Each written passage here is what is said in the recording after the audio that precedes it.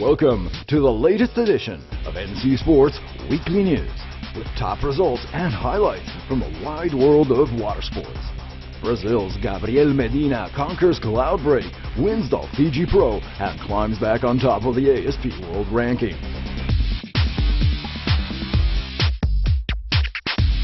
America's Cup 35 protocol release. Meet the new AC62 foiling cat. Smaller, cheaper, meaner. But controversy on race format has just begun.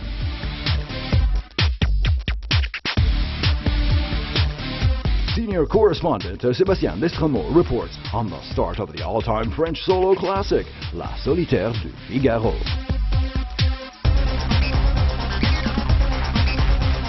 Full throttle and the Pro Aquabike fleet invades Milan for the Grand Prix of Italy, second stop of the 2014 World Championship. Wakeboarding brings out the nightlife in Montpellier for the International Festival of Extreme Sports.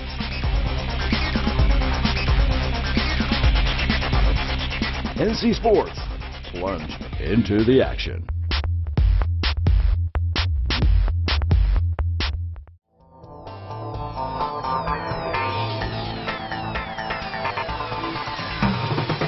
After the ladies' opener event on the island, the men's ASP World Championship Tour also completed its stopover in Tavarua for the sensational Fiji Pro Classic, and one young and rising Brazilian star came to set the record straight. Gabriel Medina first paved his way through the qualifying rounds, posting consistently high marks, and then went on to defeat J.J. Florence in the quarters and Golo Pandino in the semifinal.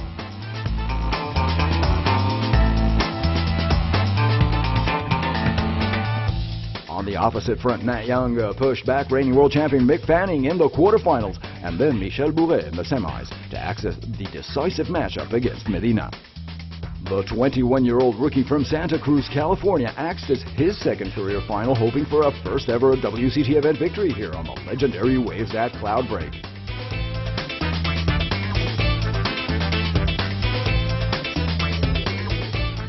Massive wave power this year, yet for the final 1 to 1.5 meter barrels, they'd come on short, sparse sets, so tactics became ever more crucial. Gabriel attacked early on, riding and testing the field, while Nat instead picked his wave carefully. Both the surfers showed off some double barrels and major cars to bring in 7s and 8s, but the Brazilian immediately placed a serious down payment on the Fiji Pro by scoring a near-perfect 9.87. Masterfully playing the clock, Medina kept up the pressure to the very end, forcing Young to the chase and closing with a final score of 1840 to 1477.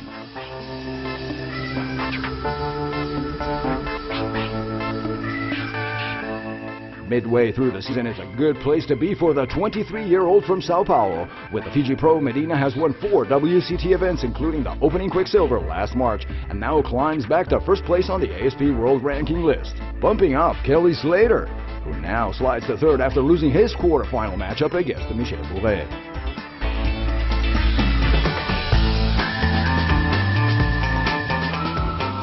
Next stop for the men's ASP WCT is South Africa for the J-Bay Open coming up in mid-July. And for more surf action, catch the full recap of this Fiji Pro with highlights and interviews on the upcoming edition of NC Sports Top Story.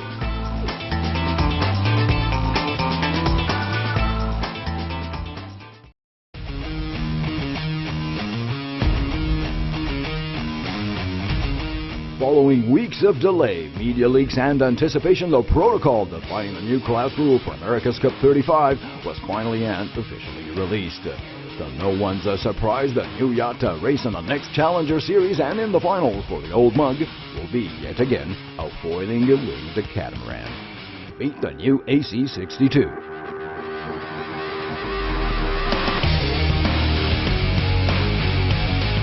Among the highlights, it's 10 feet shorter than its predecessor, but already expected to be just as, if not even more, powerful on the short track format seen last year.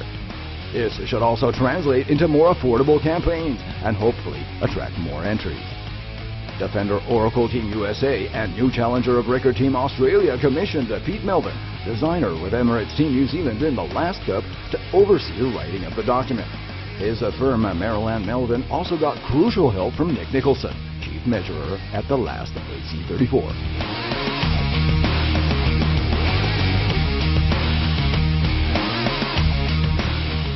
3 sailors will now have to stay on the bench as new crew specs bring the limits down from 11 to a maximum of 8 members on board. Luna Rossa Challenge and Artemis Racing have confirmed they will also be looking for their comeback, so a more lively Louis Vuitton Cup is possibly in the making. Where exactly the next America's Cup might be taking place still remains a mystery, however. Besides San Francisco, other U.S. locations are reportedly also under scrutiny as potential venues. This and several other points on racing format have quickly ignited a number of reactions in New Zealand media, with Captain Grant Dalton stating that this represents a handicap in the crucial race for high-end sponsorship, and even suggested an unprecedented defection of the legendary Kiwi team.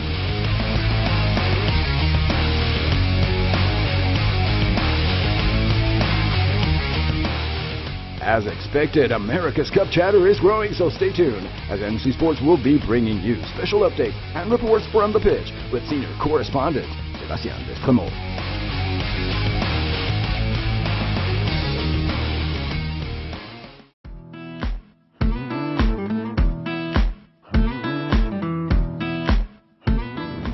After having spent several hours off Beauville, the fleet of the 45th edition of La Solitaire du Figaro gets underway at lunchtime on Sunday. You're watching the Sailing Updates Desktop News. Welcome to the office. There is no gentle introduction to the first leg of the French Classic. The 38 skippers are straight into the cut and thrust of the match.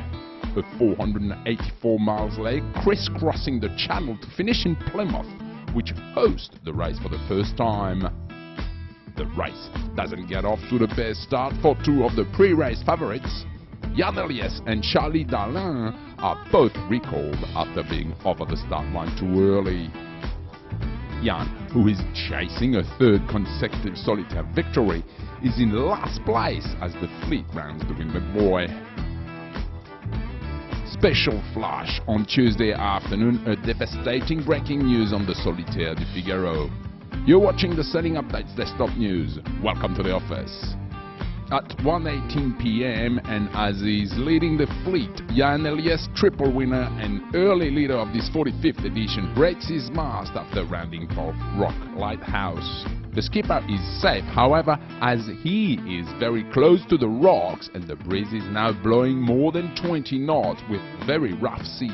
Yann has to let go of most of his rigging and starts the engine urgently.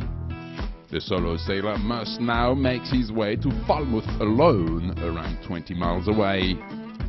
Until Boff Rock, Eliès has had a strong start to leg 1 of La Solitaire du Figaro. Despite a terrible start, he manages to work his way up through the fleet to take the lead just after start point on Monday night. If Eliès can get the boat repaired in time, he will be able to rejoin the race in Plymouth at the start of leg 2. However, he will face a time penalty of 2 hours on top of the time accumulated by the last skipper to finish leg 1. Yann Eliès was just moving the weight inside the boat after the rounding of Boff Rock Lighthouse when he heard a loud crack.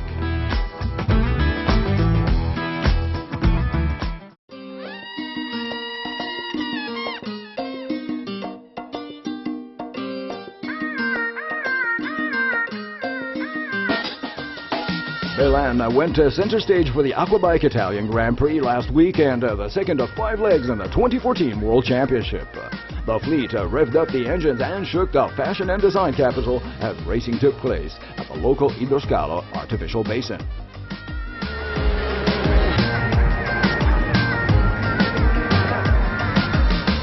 Slalom action in the runabout GP1 saw the powerful statement of Frenchman Jérémy Pérez, who came, saw, and won both heats, taking away the event here. Adding a whopping 50 points, Jérémy made up for his weak results in Qatar last March, and is now also leading on the overall championship scoreboard for the category. Je suis très content. Super week-end, 2 victoires. I'm so happy. It was a superb weekend. 2 heat wins. Great. I'd like to thank my whole team and everybody involved. Pour arriver ici, et voilà, vraiment merci beaucoup à tout le monde. Pérez was on fire and dominated both races, virtually unrivaled by the 30 pilots in the Pro Aquabike fleet.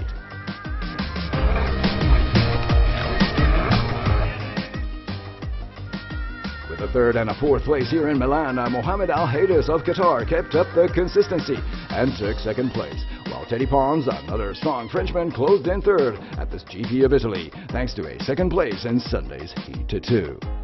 Current overall world standings, C. Perez at 60 points, followed by Pons at 58 and Al-Haidis 50. It was a great day. The Monster Energy Eurofin HydroTurf Mac Racing Bullet V2 was a bullet out of the gate.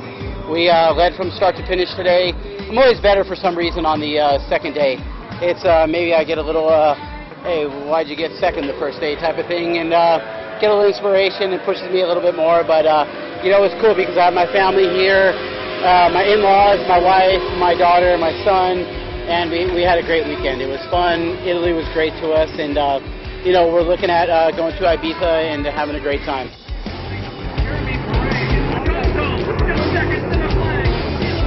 Chris McLuggage rose for the occasion and captured the ski division with a second place in Heat 1, and then by going on for the win in Heat 2.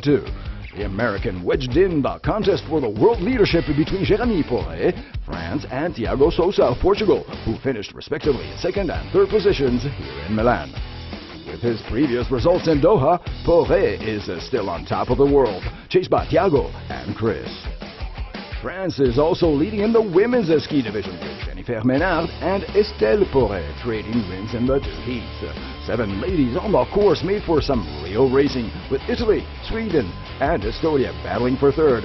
But Team France completed the hat-trick with returning 3-time world champion Julie Bouteau holding the podium. Je suis contente d'avoir remporté pour la deuxième fois. I'm very happy to have won my second Grand Prix on the World Tour.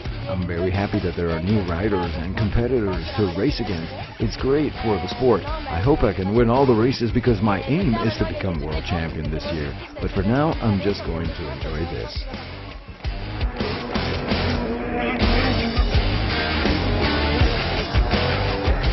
In freestyle, the Florianchik saga is likely to continue for the rest of the season. Brothers Rock and Knack just won't let up, and of course filled respectively the 2 top spots, followed by local star Valerio Calderoni in third. Next Grand Prix for the Aquabike tribe will be this September in Ibiza, Spain. Be there with MC Sports.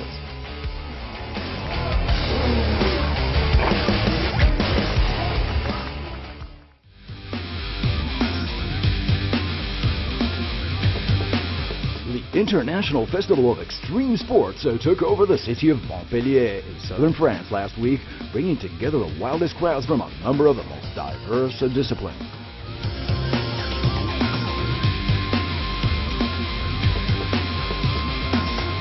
It's the biggest event of its kind in Europe, with over 220,000 visitors, 1,500 pro riders, and where the world's top professionals get together for 5 intense days of skateboarding, rollerblading, BMX, snowboarding, and wakeboard.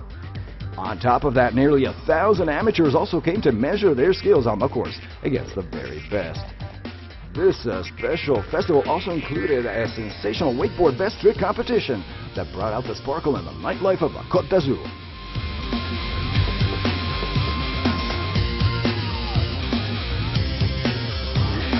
22-year-old Dominik Handler from Austria fired up the action and impressed the judges to win the event, but with a single-point lead on the UK's Daniel Grant, age 16, while Nico von Lerchenfeld, 21, from Germany, closed in third.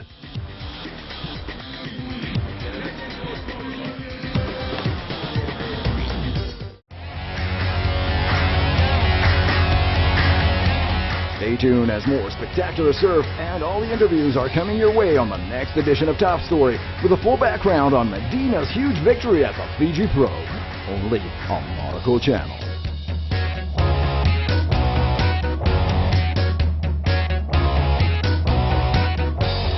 Plunge into the action with NC Sports.